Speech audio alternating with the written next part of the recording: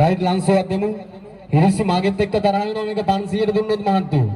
ඒ නිසා 1000කට දෙන්න ඕනේ. ඔව්. අය නෝන නම් මොකද මහත්තයා ගත්තොත් කයි. රයිට්. ලංසු රුපියල් 500යි. තව වටිනවා. ලංසු රුපියල් 500යි. ඔව් මේ පැත්තේ බං. 600යි. අඩන්න මොන කිරියෙන්න නේ. ඕන් 600යිලු. ඔව් අර නෝන තරහ වෙයි 700ක් දාන්න මහත්තයෝ. එහෙම කරන්න එපා. ඔව් කියන්න. ඔව් 600යි. 800. ඔව්. මොකද කියන්නේ 600යි. 650. 600යි නෙමෙයි වෙන්නේ. 600යි. ඔන්න ආස්මි රුපියල් 600යි.